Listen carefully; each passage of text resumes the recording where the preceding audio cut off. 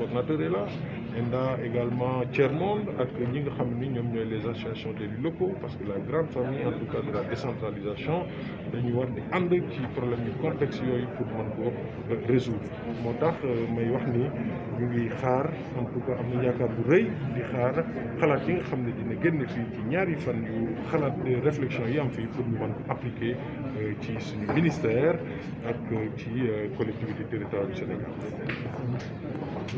L'ensemble des questions essentielles qui sont prises par l'État doivent être mises en œuvre au niveau local.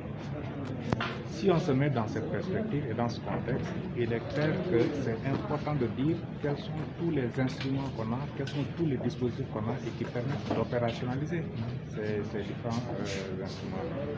Je rappelle un peu le contexte, c'est le budget programme. Je rappelle le contexte, c'est la gestion axée sur les résultats.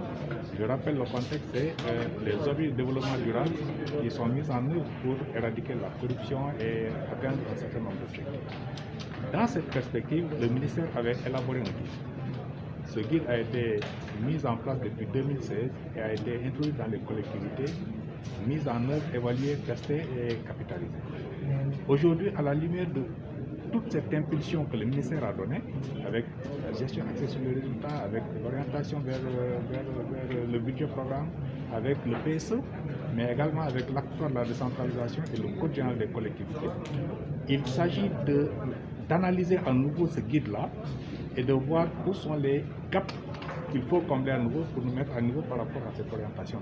Donc, cet exercice rentre dans ce cadre, refaire une lecture critique du guide, travailler ensemble de manière participative et inclusive avec l'ensemble des institutions, des programmes, des organisations qui interviennent dans la décentralisation, dans le développement local, pour analyser quels sont les gaps qui existent dans le guide à la lumière de ces enjeux internationaux mais aussi nationaux et contextualiser ce guide.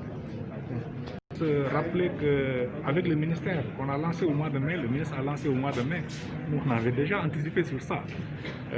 Au mois de mai, le ministre a lancé en visioconférence une initiative majeure qui visait à toucher 1515 quartiers à travers une centaine de collectivités, une initiative Corona 15-15 qui était une offensive, et le troisième acte de cette offensive était consacré exactement à la résilience socio-économique des collectivités territoriales et le relèvement post-Covid.